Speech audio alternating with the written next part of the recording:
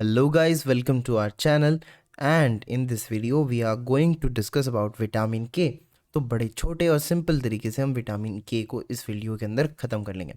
देखो, विटामिन के एक फैट सॉल्युबल विटामिन होता है। क्या होता है? फैट सॉल्युबल विटामिन होता है। और ये जो विटामिन के में ये जो के है ना, ये आया है वर्ड कोगुलेशन से, क्योंकि विटामिन के का एक बहुत इंपॉर्टेंट रोल होता है ब्लड कोगुलेशन। ठीक है, so this is vitamin K, है ना। विटामिन के की 3 फॉर्म्स होती हैं। Number 1 form is K1, K2 and then K3। ठीक है, अब K1 और K2 हैं, दीज आर नेचुरल फॉर्म्स, और K3 है, it is synthetic form. Synthetic होती है K3, समझ गए हो मेरी बात को। And this K1 is known as phylloquinone and K2 is known as menaquinone, और K3 को बोलते हैं मीनाडायोन। तो ये मीना आपको याद रहेगा ना, मीनाक्विनॉन और मीनाडायोन। ठीक है, अब चूंकि मैंने कहा कि K1 और K2 phylloquinone and menaquinone are natural forms, तो ये कहाँ से मिलते हैं? फाइलोक्विनॉन की बात करोगे, it is we get it from plants, and menaquinone we get it from animals, right. And K2 की तो और एक विशेषता है कि ये लीवर के अंदर स्टोर कर लिया जाता है, it is stored in liver. ठीक है, and this K3, right, the third form K3, vitamin K की third form K3, it is synthetic, right, it is synthetic. And इसका नाम जो होता है, मतलब it is known as menadione. Sorry, ये तो हो गया ना, मैं फिर रिपीट कर रहा हूँ। इट्स ओके, बट हाँ, इट्स डन नाउ। आगे देखें तो ये K3 जो होता है ना, ये भी लीवर में जाकर के K2 में कन्वर्ट हो सकता है। ठीक है, नेक्स्ट चीज, vitamin K, it is the only fat soluble vitamin that act as coenzyme, है ना। ये एक अकेला फैट सॉल्युबल विटामिन है जो कोएंजाइम की तरह काम करता है। कहाँ काम करता है कोएंजाइम की तरह? तो ये कार्बोक्सिलेशन रिएक्शंस के अंदर कोएंजाइम की तरह काम करता है, इन कार्बोक्सिलेशन रिएक्शंस, है ना। यूजुअली जब तुम देखोगे मोस्ट ऑफ द केसेस के अंदर कार्बोक्सिलेशन के अंदर विटामिन B7 नीडेड होता है, विटामिन B7 की ज़रूरत होती है ना। बायोटीन, विटामिन B7 बायोटीन की ज़रूरत होती है, but in some cases vitamin K is also required in carboxylation of glutamate residues, है ना। हेयर विटामिन के का रोल होता है in carboxylation of glutamate residues. यहाँ विटामिन के कोएंजाइम की तरह काम करता है in some proteins, which are these proteins.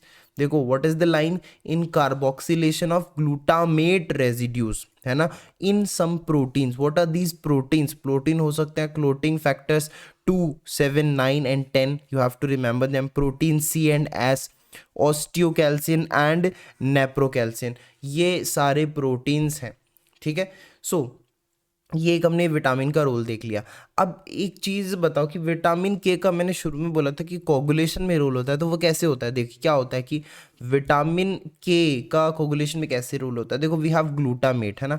तो ग्लूटामेट जो है, glutamate residues, right, we have glutamate. तो ग्लूटामेट के अंदर ऑलरेडी आप जानते हो कि CO नेगेटिव ग्रुप एग्जिस्ट करता है ना। ओके, कार्बोक्सी ग्रुप एग्जिस्ट करता है। अब हम क्या कर रहे हैं, एक और CO नेगेटिव ग्रुप इसके अंदर ऐड कर रहे हैं, है ना। We are adding negative charge, right. Glutamate के अंदर एक नेगेटिव चार्ज ऑलरेडी नेट है, तो हम एक नेगेटिव चार्ज और ऐड कर रहे हैं। So by adding negative charges on coagulation protein, we are adding, this is a coagulation protein, we are adding negative charge on coagulation protein, so that कि ये कैल्शियम के साथ वो ना कंपनसेशन हो जाए, कैल्शियम के साथ काउंट्रैक्ट करके कोगुलेशन हो, राइट। कैल्शियम का +2 है, इधर भी -2 आ जाएगा, देन कोगुलेशन हो आगे, राइट।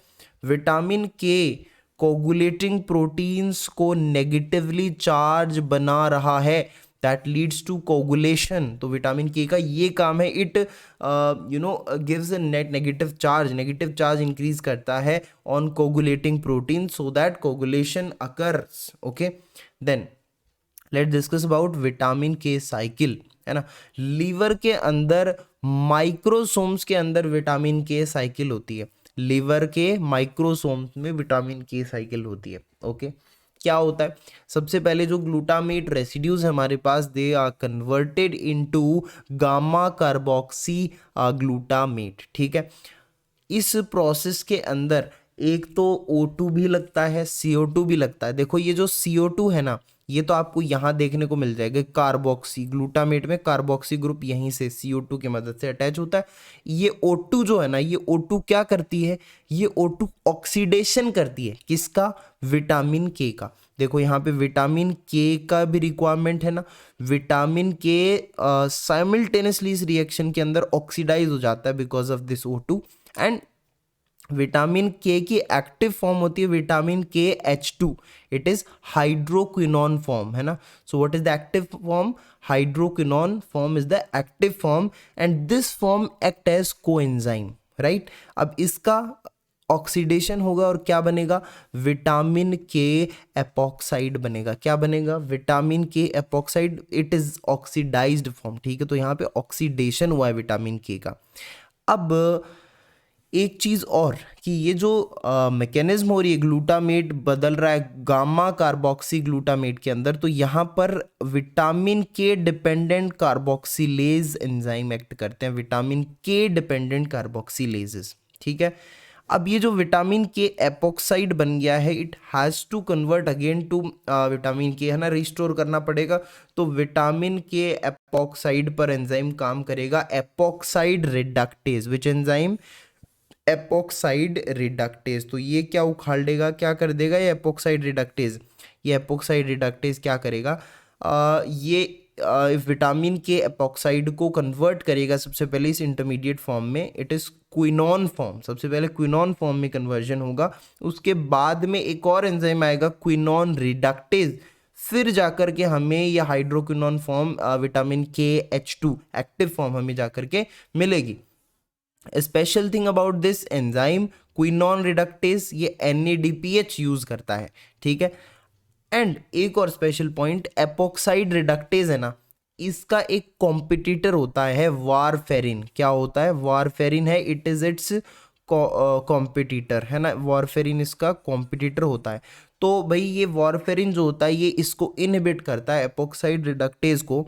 तो वारफेरिन को यूज किया जा सकता है ना, इट इज विटामिन के एनालॉग, राइट। तो इसको यूज किया जा सकता है व्हेन देयर इज विटामिन के टॉक्सिसिटी और वाइस वर्सा, है ना, विटामिन के टॉक्सिसिटी में वारफेरिन दे सकते हैं एंड वाइस वर्सा। तो vitamin K can be used as antidote for warfarin, this is important point which I wanted to tell you. Next, what are the sources of vitamin K? Green leafy vegetable, especially cabbage, cauliflower and spinach, and उसके अलावा cereals, right? Then what are the deficiency sign and symptoms. सबसे पहले भाई coagulation का काम करता है vitamin के, तो कोगुलेशन नहीं होगा तो क्या होगी, ब्लीडिंग होगी, which leads to easy bruising in patients, ठीक है। एक्यूमियोटिक पैचेस होंगे और प्रोथ्रोम्बिन का टाइम बढ़ जाएगा, increase time period of prothrombin, ठीक है। Ecchymotic patches and easy bruising in patients, ठीक है।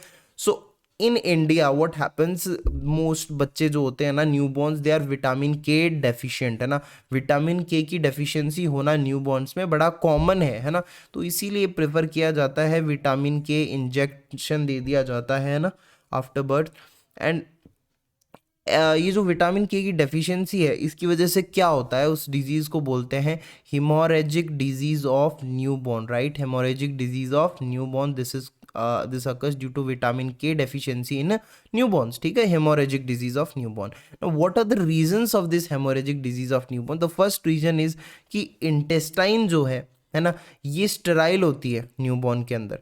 अब हम जानते हैं कि इंटेस्टाइन के अंदर बैक्टीरिया होते हैं जो कि विटामिन के सिंथेसिस करते हैं, तो यहाँ से भी विटामिन की कमी होगी क्योंकि स्टेराइल है न्यूबॉर्न के अंदर। तो प्लेसेंटा से भी विटामिन के का ट्रांसपोर्ट कम होता है। कोलेस्ट्रॉम में भी कोलेस्ट्रॉम जो फर्स्ट मिल्क होता है उसमें भी विटामिन के की कमी होती है। एंड लीवर जो होता है वो भी ज़्यादा मेच्योर नहीं होता है उस टाइम तक, सो क्लोटिंग फैक्टर्स हैं उनका भी अमाउंट ज़्यादा अच्छा नहीं होता है। तो एक ये रीजन हो गया।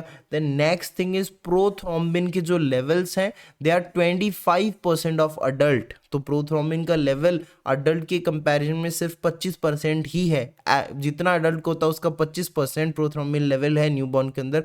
तो इट लीड्स टू विटामिन के डेफिशिएंसी, राइट। सो इसी के साथ हमारा टॉपिक खत्म होता है vitamin K. So meet you in the next video, till then take care, bye bye.